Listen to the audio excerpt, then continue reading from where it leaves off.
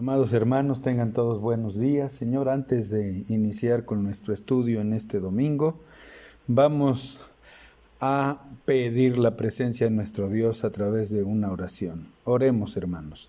Bendito Padre Celestial, gracias te damos en el nombre de nuestro Señor Jesucristo. Te alabamos, te bendecimos y te glorificamos y pedimos que tu Espíritu Santo sea el que tenga el control de esta reunión, de inicio hasta el final, Señor. Bendice a todos los que estamos conectados a través de este medio, Señor, y utiliza a tu siervo, Señor, para honra y gloria de tu nombre. En Cristo Jesús, amén. Pues, queridos hermanos, el tema de hoy tiene por título Somos levantados para servirles. Y les voy a pedir, queridos hermanos, que estemos atentos a la palabra de nuestro Dios. Y vamos a leer en primer lugar Mateo 8, 14 y 15, que dice la palabra de Dios así. Vino Jesús a casa de Pedro y vio a la suegra de éste postrada en cama con fiebre, y tocó su mano y la fiebre la dejó, y ella se levantó y le servía. Los que ahora formamos parte de una iglesia cristiana, somos personas que venimos a los pies de Cristo por alguna situación que nos estaba quitando la vida antes. Estábamos postrados, imposibilitados, maniatados, amordazados, esclavizados, por algo que no nos permitía movilizarnos con facilidad, y no fue sino hasta que vino Cristo y llegó a nuestras vidas, esas cadenas que nos ataban se cayeron. Hemos sido puestos en libertad y ahora estamos con la obligación moral de servir y vivir para aquel que nos quitó todo ese peso que nos hundía. Tristemente, no son muchos los que saben esto, y si lo saben se hacen los desentendidos. Ya no es una enfermedad lo que los tiene postrados, ya no es un problema legal que les impide servir al Señor, es una enfermedad contagiosa que se llama ingratitud. Desde el principio Dios ha querido que el hombre le sirva. Esto es considerado todo un privilegio, un honor el ser tomado en cuenta como un siervo de Dios. Dios ha querido darle a sus siervos lo mejor, pero a muchos nos parece poco lo que Dios puede darnos, creyendo que en el mundo podemos obtener más. Todo siervo de Dios nos debemos hacer una pregunta muy personal. ¿Qué es lo que no nos deja servir a Dios como debe ser? Si Dios tiene planes para con nosotros en servirle y sabe que hoy que hay un faraón, es decir, un ídolo o algo a lo que nosotros le damos más importancia que a Dios, y que a usted no le permite Dios, se encargará de ese faraón o ídolo para quitarlo del camino hasta que usted pueda servir a Dios con libertad y sin ningún impedimento. En la Escritura, en el libro del Éxodo, encontramos 7 veces que Dios menciona a Faraón para que deje a su pueblo ir a servirle. Y vemos en primer lugar en Éxodo 5, que nos dice, después Moisés y Aarón entraron a la presencia de Faraón y le dijeron, Jehová el Dios de Israel dice así, deja ir a mi pueblo a celebrarme fiesta en el desierto. En Éxodo 7:16, y dile, Jehová, el Dios de los hebreos, me ha enviado a ti, diciendo, deja ir a mi pueblo para que me sirva en el desierto, y he aquí que hasta ahora no has querido. Éxodo 8:1 nos dice, entonces Jehová dijo a Moisés, entra a la presencia de Faraón y dile, Jehová ha dicho así, deja ir a mi pueblo para que me sirva. Y ahí mismo en Éxodo 8:20 nos dice, Jehová dijo a Moisés, levántate de mañana y ponte delante de Faraón, he aquí él sale al río y dile, Jehová ha dicho así, deja a mi pueblo para que me sirva. En Éxodo 9:1 nos dice, entonces Jehová dijo a Moisés, entra a la presencia de Faraón y dile, Jehová, el Dios de los hebreos, dice así, deja ir a mi pueblo para que me sirva. En Éxodo 9:13 nos dice, Entonces Jehová dijo a Moisés: levántate de mañana y ponte delante de Faraón y dile: Jehová, el Dios de los hebreos, dice así: deja ir a mi pueblo para que me sirva. En Éxodo 10:3 dice: entonces vinieron Moisés y Aarón a Faraón y le dijeron: Jehová, el Dios de los hebreos, ha dicho así: ¿hasta cuándo no querrás humillarte delante de mí? Deja ir a mi pueblo para que me sirva. Queridos hermanos, en estas 7 ocasiones que el Señor habla a su siervo Moisés y Aarón para ir a hablar a Faraón, hay un propósito. El llamado es importante. Le dice: deja ir a mi pueblo, que lo soltara de esa esclavitud, hermanos, en las que lo tenían oprimido al pueblo de Israel, pero era un propósito por el cual el Señor los estaba llamando, para el que al Señor les sirviera. Ese es el llamado que prevalece en todo este pasaje. Sin embargo, Faraón endureció su corazón y no dejaba ir al pueblo de Israel a que sirviera a su Dios.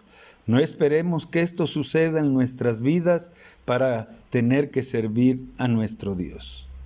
Y vemos en otro pasaje de la Escritura que la suegra de Pedro se levantó para servirle, como lo leíamos en los versículos iniciales de este estudio, de Mateo 8, 14 y 15, que lo voy a repetir, y dice la palabra de Dios en Mateo 8, 14, 15. Vino Jesús a casa de Pedro y vio a la suegra de éste postrada en cama con fiebre, y tocó su mano, y la fiebre la dejó, y ella se levantó y le servía. Notamos aquí que ella estaba acostada, y se escuchaba anteriormente, estaba postrada en cama, y se reflexionó enseguida del favor recibido. O sea, ella lo pensó, ella lo agradeció, y agradecida con efecto inmediato, así como que de inmediato que Cristo le sanó, creyó que Cristo le sanó. Dice: qué lindo fuera que así nosotros pudiéramos reaccionar de inmediato en servirle a nuestro Dios. Muchas, pero muchas cosas hermosas podrían pasar en nuestra vida, porque la mejor dicha que tiene el cristiano es poderle servir a Dios.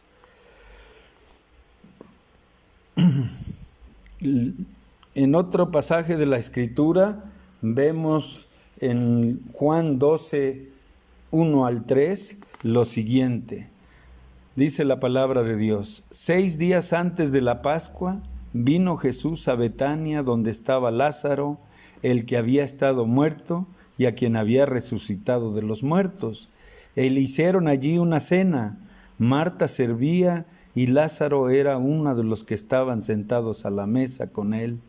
Entonces María tomó una libra de perfume de nardo puro, de mucho precio, y ungió los pies de Jesús y los enjugó con sus cabellos, y la casa se llenó de olor de ese perfume. Lázaro no estaba postrado como la suegra de Pedro. La Escritura dice que estaba muerto. Tanto él, Marta y María dispusieron que su casa sería el centro en donde le mostrarían su gratitud por el milagro hecho en la vida de Lázaro. Y podemos ver que todos mostraron una muestra de servicio a Cristo. No lo dejaron para después, fueron de reacción inmediata también, hermanos. La cena fue 7 días antes de la muerte de Cristo. Si vamos a servir a Cristo, debe ser de inmediato. No lo piense más, hermano, hermana, querido amigo que nos escuchas. Si dejas pasar el tiempo, es muy posible que nunca le sirvas. En otro pasaje, en Lucas 1:3, también nos habla del servicio, y veamos lo que dice la Escritura, hermanos. Dice la palabra de Dios, Lucas 8, 1 al 3. Aconteció después que Jesús iba por todas las ciudades y aldeas, predicando y anunciando el Evangelio de Dios, y los 12 con él. y algunas mujeres que habían sido sanadas de espíritus malos y de enfermedades, María que se llamaba Magdalena, de la que habían salido 7 demonios, Juana, mujer de Chuza, intendente de Herodes, y Susana y otras muchas más que le servían de sus bienes. No existe fundamento bíblico para decir que esta era una mujer prostituta, refiriéndonos a Magdalena, hermanos. La Biblia dice que de ella habían salido 7 demonios. Tanto ella como otras mujeres más que estaban esclavizadas por diferentes tipos de enfermedades, reaccionaron de inmediato para servirle al Señor. Le siguieron, formaron parte de su comitiva, a donde Cristo iba predicando, allí estaban estas mujeres para servirles. Lo que había en común en cada una de ellas y lo que les motivaba a hacerlos era algo que hoy está muy lejos de la humanidad, y eso se llama gratitud. Ellas sirvieron por gratitud a Dios, por los favores recibidos, por los demonios echados fuera, por todo lo que habían escuchado del Maestro, y tenían gratitud, y por eso le servían día y noche. Por último, hermanos, en cuanto a las citas de la Escritura, vemos Hebreos 12:28, que dice lo siguiente: así que recibiendo nosotros un reino inconmovible, tengamos gratitud y mediante ella sirvamos a Dios, agradándole con temor y reverencia, hermanos. Pues si ustedes se dan cuenta, en todos estos pasajes que hoy hemos leído, hermanos, realmente no sé si sean muchos o sean pocos, pero lo que en ellos se señala contundentemente es ese llamado al servicio. Y nos damos cuenta que el llamado que nos hace Dios a servir no es por obligación, no es como cuando nos alistamos para hacer nuestro servicio militar nacional, que es obligatorio cuando cumplimos 18 años, y si no lo hacemos, no se nos da nuestra cartilla, no encontraremos empleos en lo subsecuente, pero como una obligación o gratitud que debe tener el ciudadano, como identificarse como ciudadano mexicano, y por gratitud al gobierno le sirve un año en toda su vida y queda alineado en las reservas del ejército. En Cristo las cosas son diferentes. El llamado permanente es a servir. Es un llamado en amor. Es un llamado en el cual quiere que nos desarrollemos dentro del reino, haciendo uso de nuestras habilidades, de los dones que Él nos regala gratuitamente, y que hagamos uso de ellas, y que tengamos muy en cuenta, hermanos, que todo esto debe haber un motor dentro de nosotros que nos impulse fuertemente para poner nuestra vida al servicio de Dios. Y ese motor, ese sentimiento se llama gratitud, que debe salir de lo más profundo de nuestras entrañas, hermanos.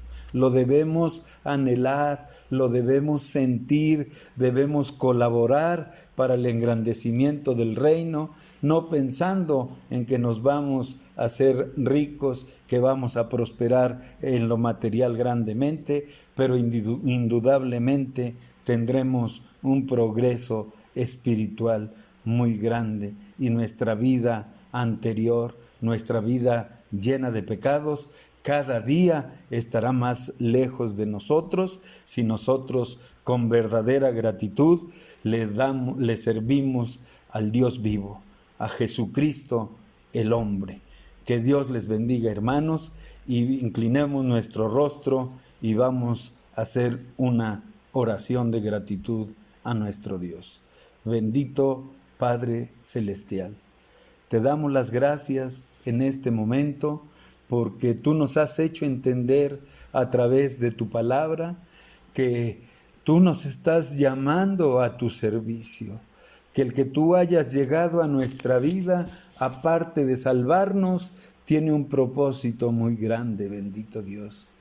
Servirte, servir de eslabón para alcanzar el que aún no te conoce, que conozca lo que dice tu evangelio, bendito Dios.